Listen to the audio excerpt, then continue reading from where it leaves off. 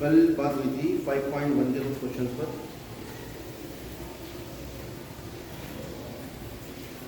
इसी में आज देखते हैं 30वां। ये बहुत महत्वपूर्ण कराया तो नहीं है अभी? नहीं सर। इसके बाद बाकी आप करोगे, जितने हमने करा दिए हैं वो सफिशिएंट है सारे क्वेश्चन को करने के लिए। इसका मान 5 है अगर x का मान 2 से छोटा है। इसका मान ax प्लस b है अगर x का मान 2 से बड़ा है और 10 से छोटा है, बराबर नहीं है। और 21 है अगर x का मान 10 से बड़ा। और इसने बता दिया है कि एक संतत फलन है। कैसा फलन है? संतत फलन। और बताया साथ साथ कि fx इज कॉन्टिन्यूअस है, संतत फलन। संतत है तो प्रत्येक बिंदु पर संतत होगा।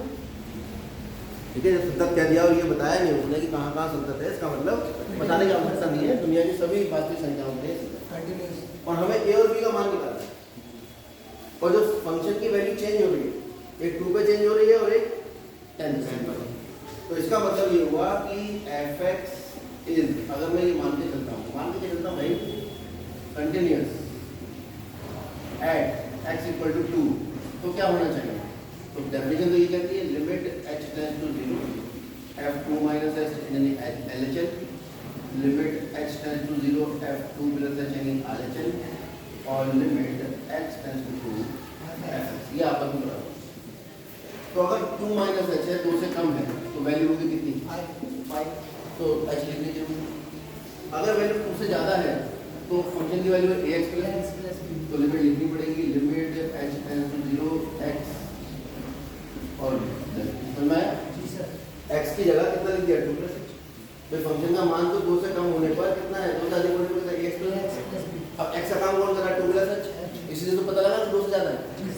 तो हमने ये वाली वैल्यू यूज की और x की जगह क्योंकि 2 प्लस h का मान लिख रहे हैं तो हमने यहाँ ये बराबर सीधे सीधे f इक्वल टू 2 लिखोगे।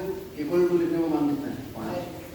तो आपके पास आ गया 2a प्लस h का मान 0 इंटू a, क्यों?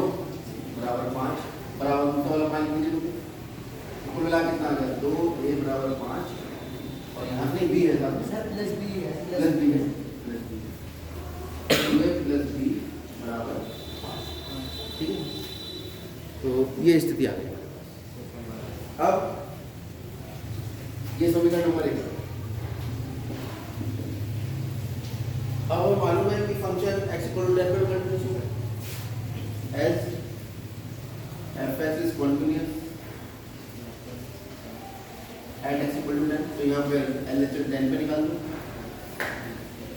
10 माइनस h आ जाएगा, क्यों? Equal to limit h tends to 0 f 10 plus h बराबर लिमिट, चलिए तो 10 प्लस h 10 माइनस h 10 से कम है तो फंक्शन की वैल्यू कितनी है? x plus b। तो लिमिट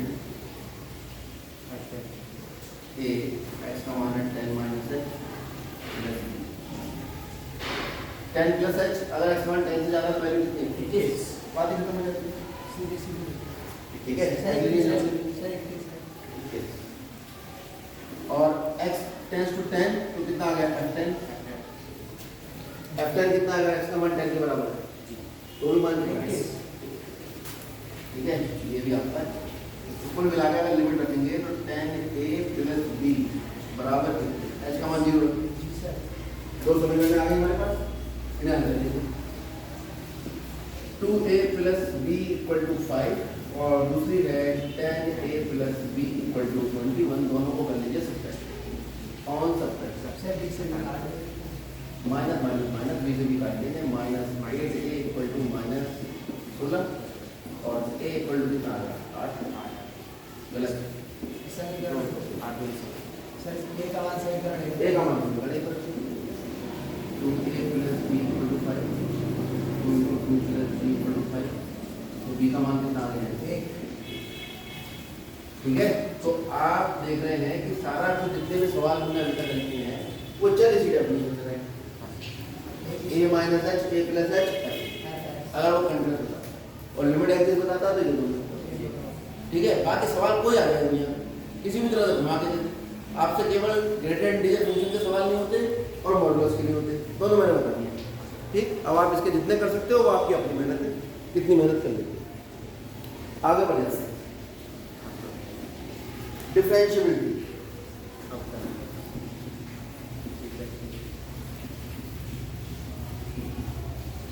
जिसे हम कहते हैं अवकलनीयता। क्या कहते हैं?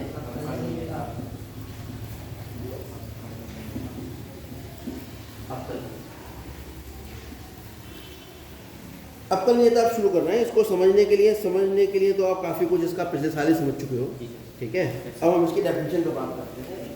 आप जब कोई ग्राफ बनाते हो या तो सीधी रेखा में चलता है या ऊपर की तरफ चलता है, और अगर वो दोनों दिशाओं में चलने लगा, कि सीधा भी चल रहा है, कोई चीज़ सीधी चल रही है, नीचे को क्या हो जा रहा है? टेढ़ी। अब कोई चीज़ जब टेढ़ी हो गई हो, किस आधार पर टेढ़ी होगी, वो कितनी टेढ़ी होगी, ऊपर टेढ़ी होगी कि नीचे टेढ़ी होगी, ये इस बात पर निर्भर करता है कि जो सीधे चलने वाला फोर्स ज़्यादा है या ऊपर चलने वाला ज़्यादा है, या नीचे की तरफ जो खींच रहा है वो किस एंगल पर खींचा जा रहा है। ठीक है, यहाँ पर कुछ चीज़ सीधी चल रही है तो पकड़ खींचोगे, ऊपर चलेगी, नीचे चलेगी, लेकिन सीधी तो नहीं चल रही ना।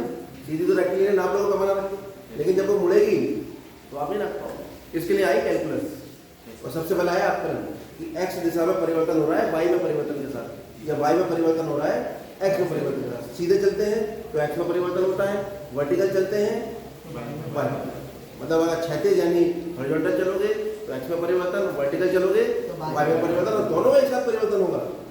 वही है अवकलन, वही है अवकलन, और कुछ नहीं।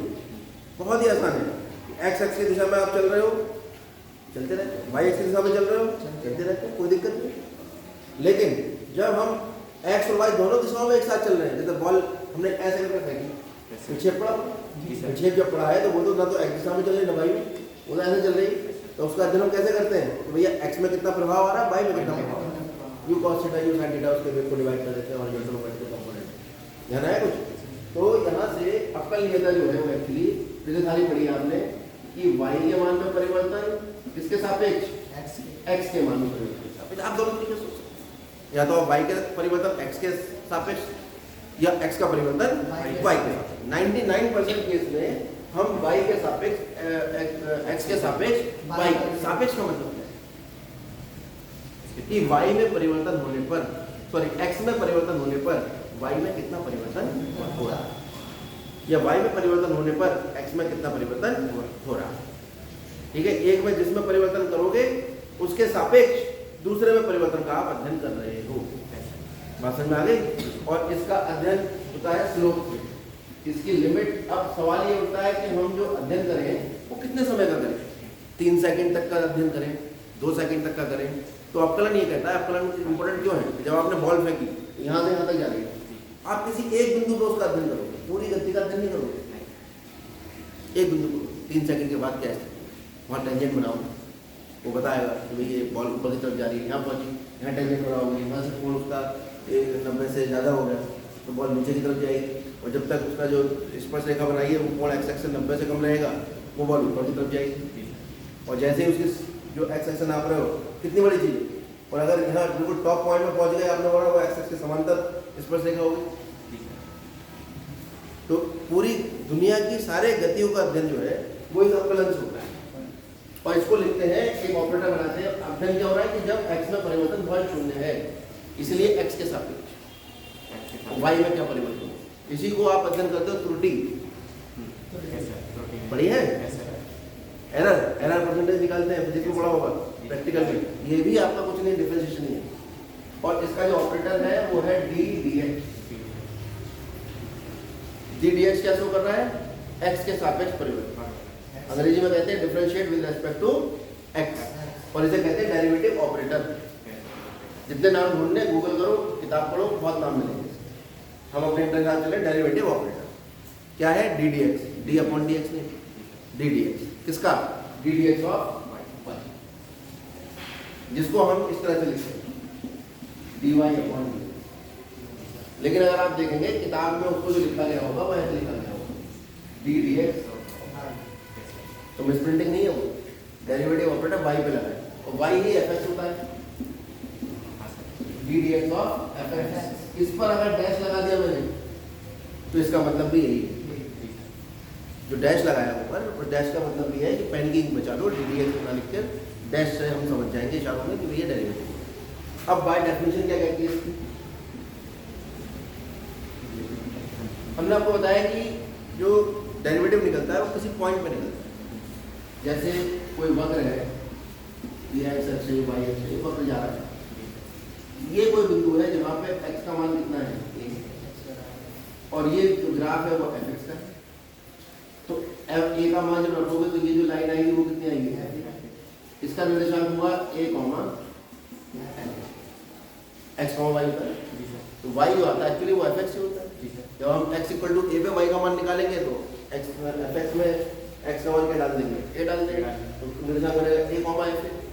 इस बिंदु पे अगर मैं अध्ययन कर रहा हूँ कि वक्र किस तरह का व्यवहार करेगा, ये निकालने के लिए हमें निकालना पड़ेगा डेरिवेटिव। और उसकी जो डेफिनेशन है वो ये है d d x of f x. कहाँ पर?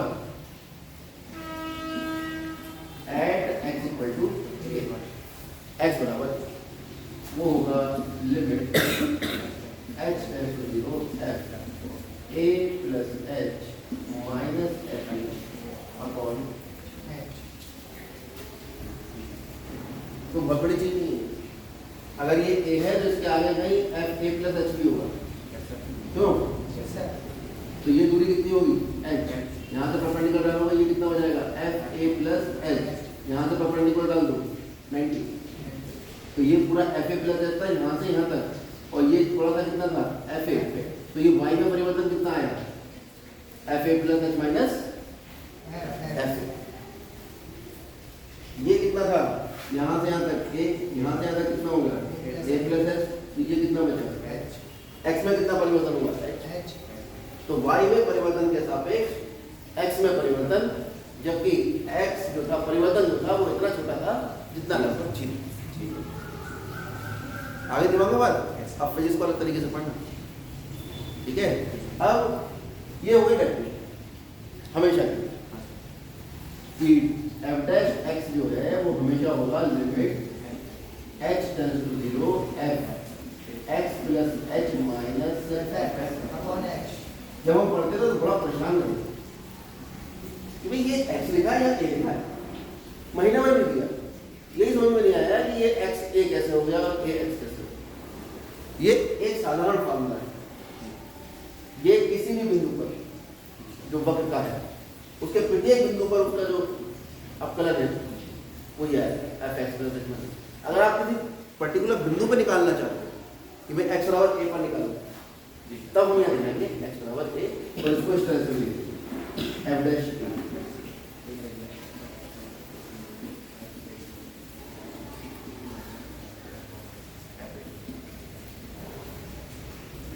ठीक, कुछ चीजें आप निकालने के लिए जाए कि D d x of sine x कितना होता है,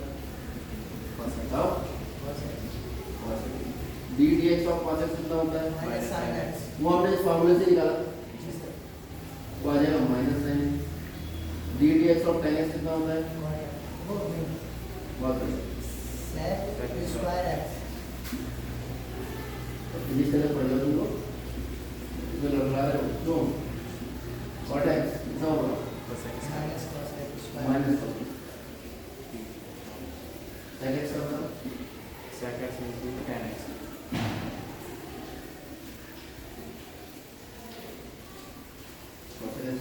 cosec x into cot x minus.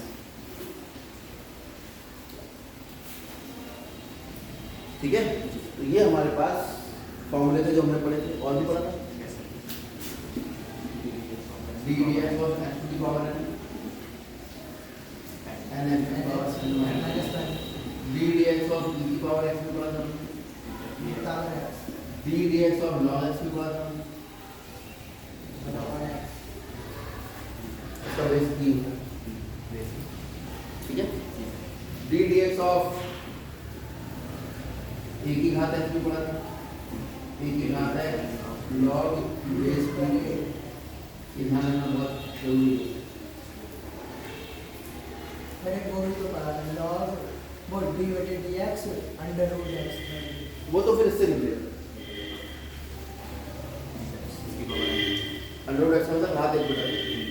एक बटा दो भाग नीचे एक्स का 1 बटा 2 माइनस 1 माइनस 1 बटा 2, ठीक है, कितना आ गया 1 बटा 2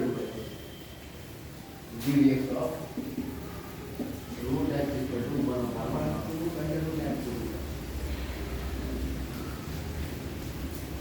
ठीक है। तो ये कहानी है उतारो।